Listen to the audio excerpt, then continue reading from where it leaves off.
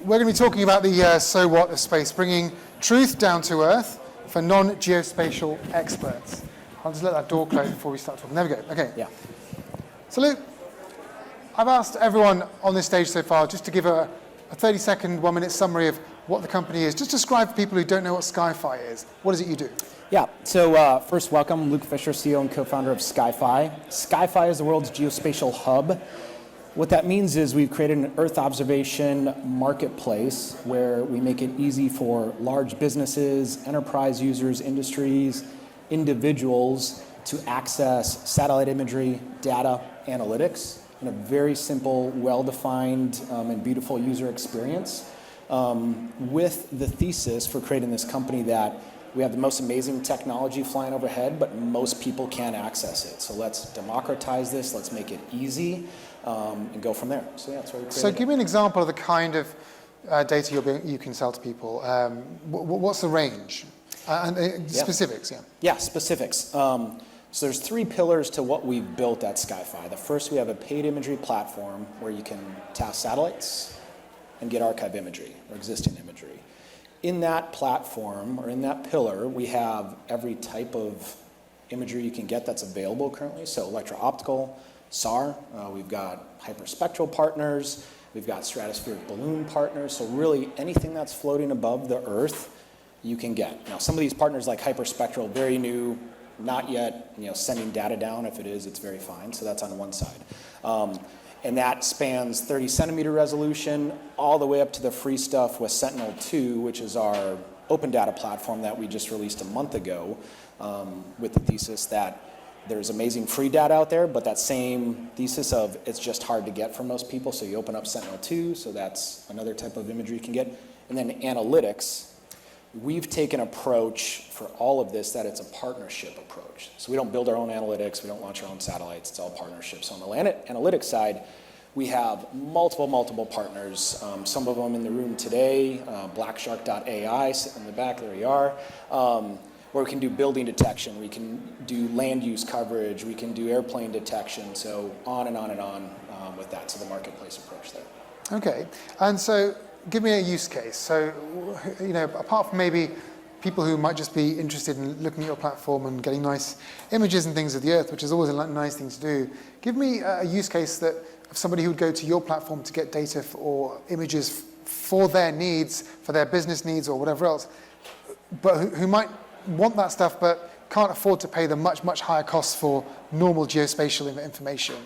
Yeah, so I'll give a couple use cases because we hear new use cases almost every day. This company was started, my co-founder is Bill Perkins. He's the number 1 or 2 natural gas trader in the world. We started this with his pain point, his personal pain point of trying to access imagery for natural gas fracking crews in the Permian Basin, where he's a hedge fund trader. He wanted to know some information about where natural gas fracking crews are. Started talking and trying to negotiate how to get this imagery and data. Couldn't do it, so we created it ourselves. So that's a use case where if you can track the humans that are working in the Permian Basin, you can hedge against that. So that's one, the baseline thesis for why SkyFi exists. Some fun ones, we have the largest pool manufacturer in the US using us because they want to know. Pool manufacturer? Swimming pools. Swimming pools. Yeah, right.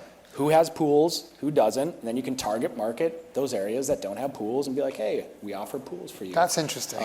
It goes on and on and on. Obviously, there's a lot of defense and intelligence related use cases. Farmers, I grew up in a small town in Wisconsin. I have some of my buddies using it just because they're curious on what's going on with their land. If you can make it cheap enough, easy enough, you can empower individuals like individual farmers to make a difference in their crop yield so they can make more money. And crucially here, the point of that last example, which is interesting, is that that's not the kind of market that normally would go to a satellite provider to get information or images. It's just too expensive or difficult, or they just wouldn't know how to do it. And I think it's all of those. Historically, most of this industry has catered their business cycle or sales model to their largest customer, and that's been the governments of the world. And there's been this debate, which I think we can put it to bed pretty soon, if not already, that there's no consumer market or there's no small business market. And I go, well, of course there hasn't been because no one's tried it because you've been catering your sales cycle to the governments of the world, which are not price sensitive, and of course it takes 3 to 6 months to get imagery because you're modeling after the government acquisition cycle. So we made it very easy for that purpose. So let's carry on with your farmer in Wisconsin then. Could this farmer look over his or her land, work out what's growing, work out how many animals they've got for running around, and if any have gone missing? I'm just making things up here, but is that possible? It's very true in some of the use cases we see. So you can do the water analysis, the vegetation analysis. We had another really big company using us because they wanted on the major livestock farms to count what cows were standing up, what cows were laying down, change over day, because they can then determine if those cows are being fed enough. And again, these use cases, that's this whole thesis here where if you just give the access to the people in this like truly democratized easification of geospatial technology, people will come up with amazing use cases, but you just have to open those doors first instead of just catering to the governments, but it's just the natural evolution of this technology. I mean, farming is already becoming quite technologically advanced and data-driven with all the equipment it has. Robot tractors. Exactly, and all of that, gene-edited crops, all these things. So it makes complete sense that images are also going to be very useful to work out very quickly what's going on in a very large area. You kind of wonder how they did the farm before, but they're geniuses for that. Like how do we travel in cities without Uber? Well, have you tried London in Uber? It's far too expensive now. Anyway, but there are obviously even further than that.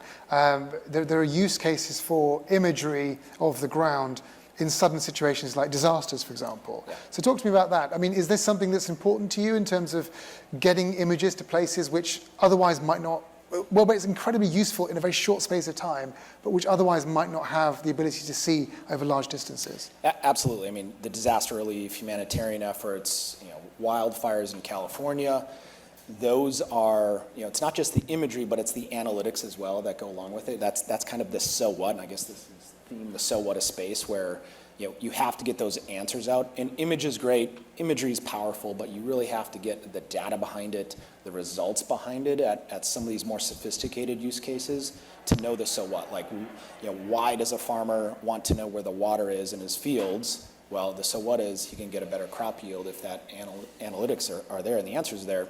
Beyond the humanitarian side, that's a big effort. We do a lot of that work at SkyFi. I mean, that's a core cultural value of ours is, again, with the democratization, the easification, people in the world need this because they've been underserved, and you can literally change lives with this imagery and the analytics and the so what behind it. So on the disaster relief front, let's say an earthquake or other natural disaster, what do you mean by the analytics? Do you mean the level of water in a flood zone or something like that? Well, I'll use Black Shark as a prime example, and there's other companies as well.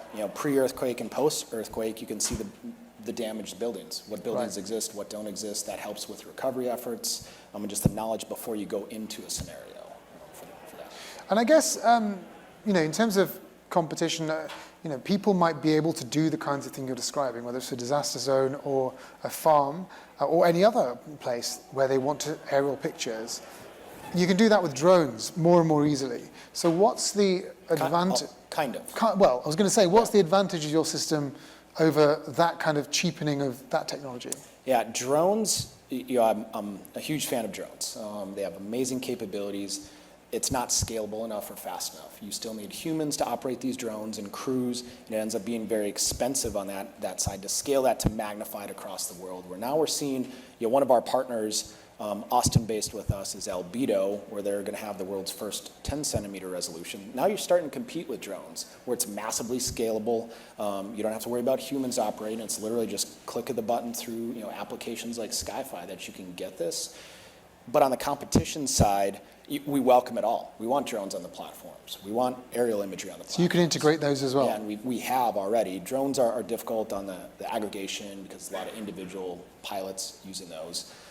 We've got aerial imagery partners, stratospheric balloon partners. Doesn't matter, because as a user, what we found out is no one cares where it comes from. They don't care if it comes from a satellite or a drone or a balloon, as long as they have the imagery and the data to do the so what, that's what matters. Okay.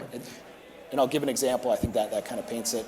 I spent years at Uber, as did most of my core engineering team, where it'd be like Uber if you're selecting only the car you want for Uber, where people don't select I only want a Toyota Prius. They're like, I want to go from A to B. I don't care how I get there. Uber enables that. Well, SkyFi, same thing. Like, I want imagery, I want data, I want the analytics. Don't really care how it gets there. I just want that answer. Okay, talk to me about the product itself and what's under the hood. What is the technological backbone that makes all of this work? And I guess success is determined by how simple it is to use, right? We don't. The great thing about this sort of technology is that if you're conscious of how complicated the technology is, then it's not working. You want it to be as easy as possible, from what you're saying. So what is that backbone that makes you confident that people will forget that it exists? Yeah, the backbones are talented engineers, talented user experience designers and graphic designers that make this very complicated technology of literally within a couple button presses tasking a satellite in space and getting an image delivered.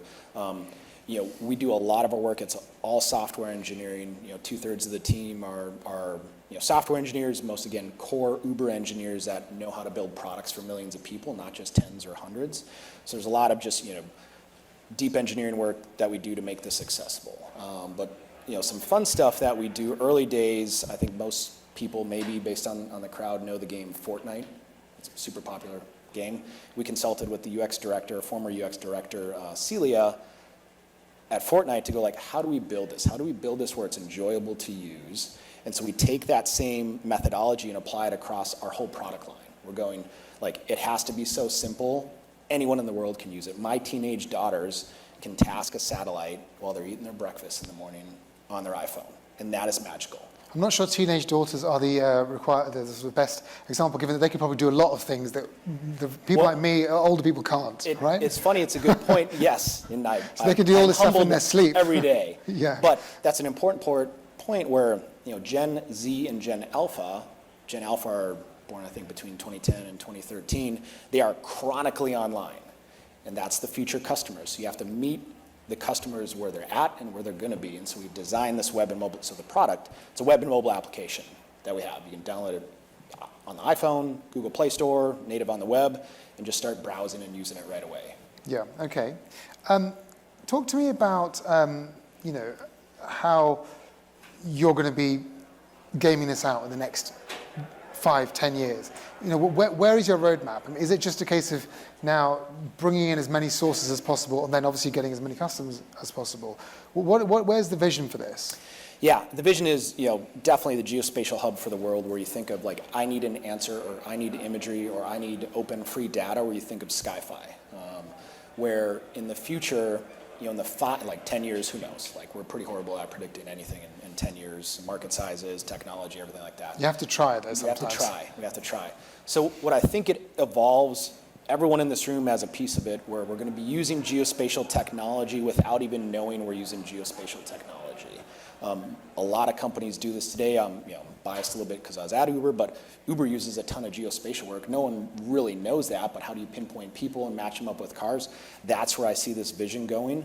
I think imagery will always be powerful, but it'll be less about the imagery, more about the answers, where the true unlock for this massive consumer market that's out there that needs this technology is less about the imagery and more about using it in their day-to-day. And we haven't, as an industry, figured out what a quote-unquote everyday person needs to use this technology for, but that's what we're working for.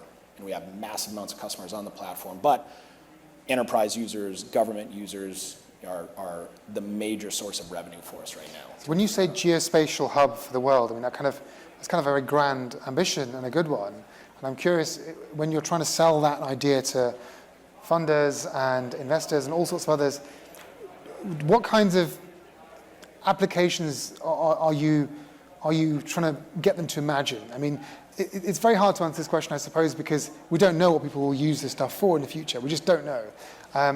But are there things that you can sort of wow them with in terms of things that we haven't thought about, but which might be possible because of what you've done? Yeah, in the short term, from a customer base, again, selling this vision and selling, the grand vision for us, we paint a picture of what the current use cases are: agriculture, real estate, insurance, finance, where you can take very discrete use cases, put dollars to them, go like, here's the market now, and in the future, if you just make it a little bit easier, it'll be orders of magnitude later.